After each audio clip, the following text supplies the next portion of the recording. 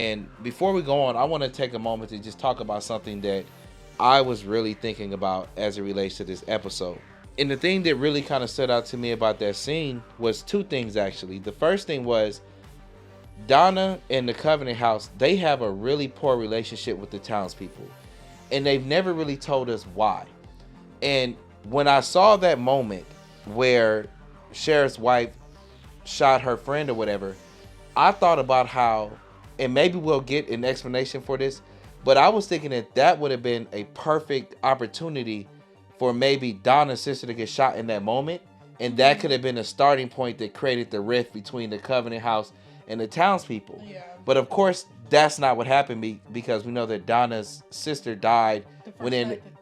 Exactly. But I just thought that like that would have been a cool way to create the friction that we see between the Covenant House and the townspeople. And this leads me to a second component, which is the relationship between Sheriff and his son.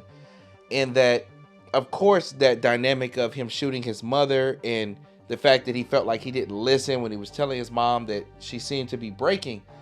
But to me, I feel like that turmoil that they have, I would think that the son would somewhat understand his father needing to take the action that he did.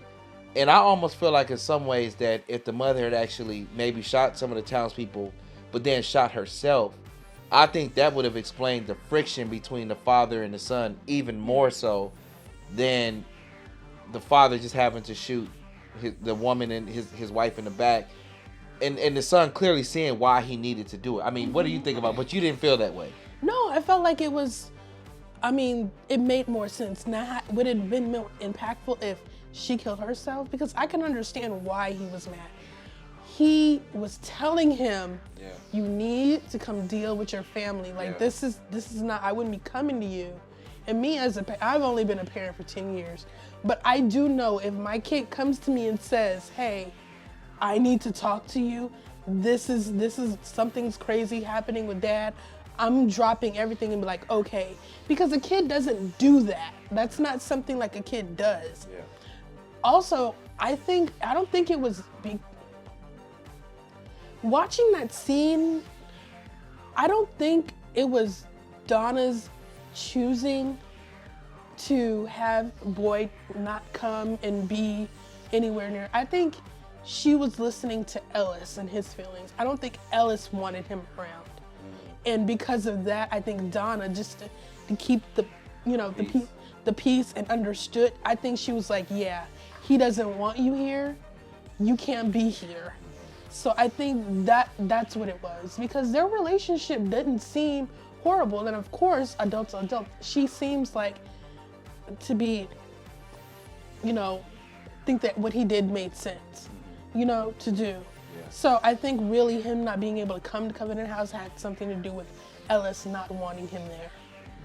But I do see your point of what would have made a bigger impact. Yeah. But I still think the way it was written either way. It would have been still good, but I really did think. I thought actually a couple episodes before, I thought that Boyd was going to kill himself. Because remember, he went to the grave and was talking to his wife, was like, I think I know what I need to do. I think he had, at that point when I was watching, I thought he had cracked up and was like, yeah, it's time for me to go, because he was screaming in the mirror and doing all this other stuff. I think that's what I thought originally. But to me, it would have